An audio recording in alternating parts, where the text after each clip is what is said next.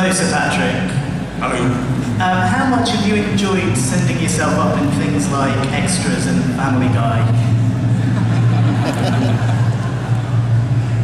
My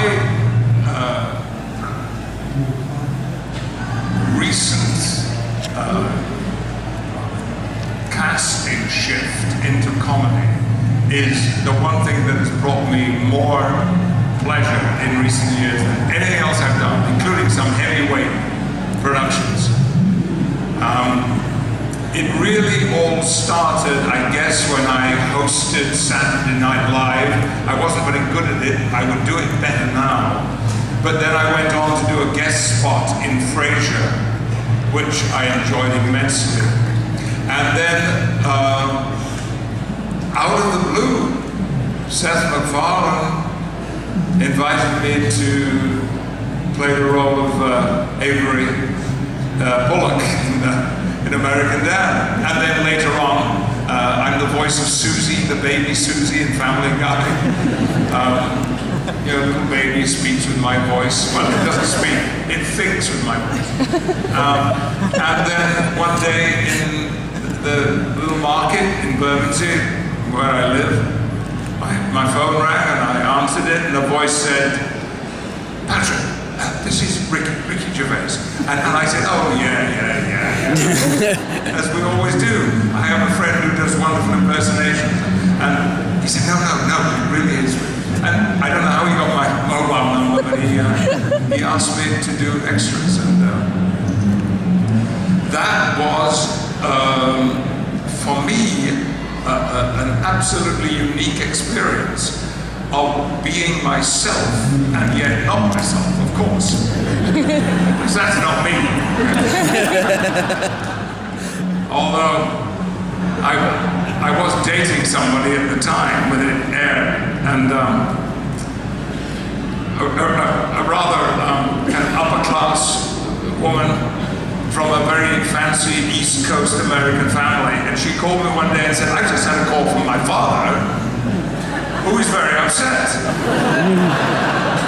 He says that he's just seen you on television talking about a film you're going to make and powers that you have where all you want to do is see women with their clothes on."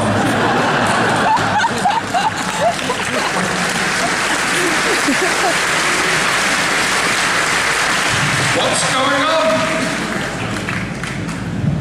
It was a great compliment, I suppose, that he had really thought it was real. So I guess Stephen and Ricky and myself pulled it off. Fantastic experience. And now, of course, a couple of months ago, I did a little sketch for Funny or Die about the scalper at the Olympics, which was great fun. Great fun. And I am hoping, because I'm now working hard at this, that comedy will begin to play a bigger and bigger part in my working life. I would like it to. Because years ago I remember seeing an interview with Laurence Olivier, and he said, you know, there is much more satisfaction in making people laugh than in making them weep. And really, it's true.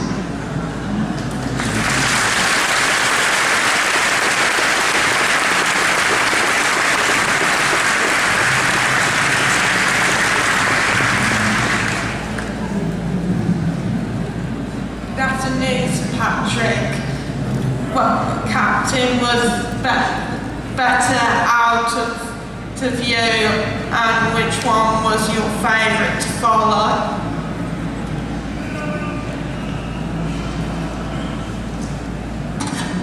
Forgive me, but I didn't really follow that question. Could you ask me again? Yeah, apart from yourself, who in your opinion was the best captain? Oh no. Well, of course, James T. Kirk. Because Bill Shatner set the standard. And the standard that he set was very, very high.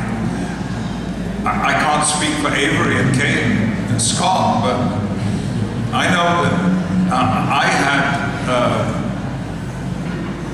Captain Kirk often very much in mind, and what had been achieved by Bill in that.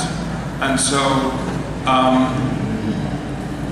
I feel I owe him a great debt in that he set the benchmark for Captain of the Enterprise.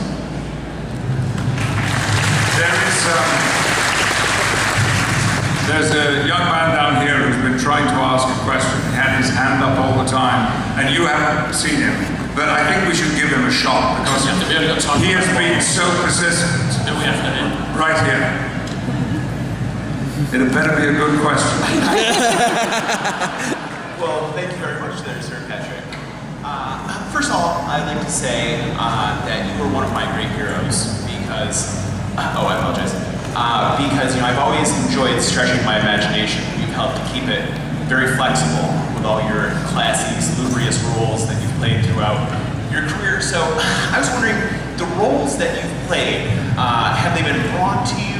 Like, do you go out and ask for like certain roles? Because I mean, you've had such a great career where you've done so much. I mean, like, really high quality. And then my other question is, I'm in London for the first time, and you being a Londoner, I'm going to go out and do some touristy things. But I'd like to know, what is your favorite thing about London? What brings you like that nostalgic feeling? I'd like to see something very special here. Thank you very much.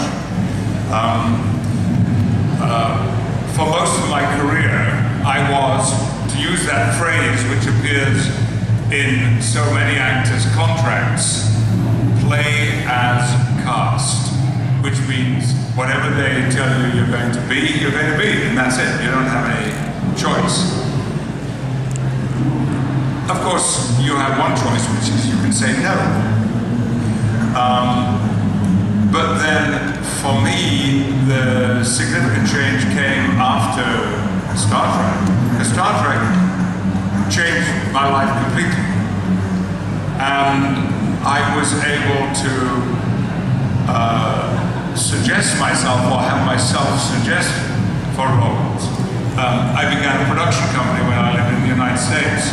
And although we never made one single feature film that we developed, and we had about a dozen of them in development, and funnily enough, I looked down the list of them the other day, and every one of them I would put my money on today if we could get them made. But every television project we chose to make, we did. And I appeared in all of them. But then with the Royal Shakespeare Company, it came to a point where I found that I could suggest roles that I would like to play. And when the great opportunity came to work at Chichester for the first time, 4 years ago, hooray for Chichester and West Sussex. Jonathan Church said, "What do you want to do?" And I said, "I'd like to do Macbeth." And we did, and it became an extraordinary hit, and came to London, went to Brooklyn, went to New York, and, in 365 days, because that was the exact amount of time between the first preview and the last performance, there was never an unsold seat for that production, which made us all very proud.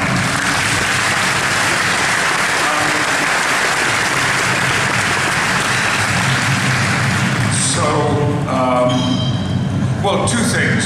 I live by the river, and in many ways, London means the river to me. The way that it winds and twists through this city. And I love when I'm flying in to either City Airport, which I use whenever I can because it's a great airport, or Heathrow. I always love to look down on the river and any aspect. And these riverboat trips, the sort of tourist boats are coming out, it's a fantastic journey. I really recommend it. But if I was saying one thing that I think you ought to do, Did you by any chance see the Richard II that was filmed under the Wars of the Roses title this year? No. Okay, well, I played a character called John of Gaunt in that, who has a death scene, a very long death scene. And we filmed that in what was meant to be John of Gaunt's palace, but was actually St. Bartholomew's Church over in Smithfield. St. Bartholomew's Church, although only half the church exists, because the nave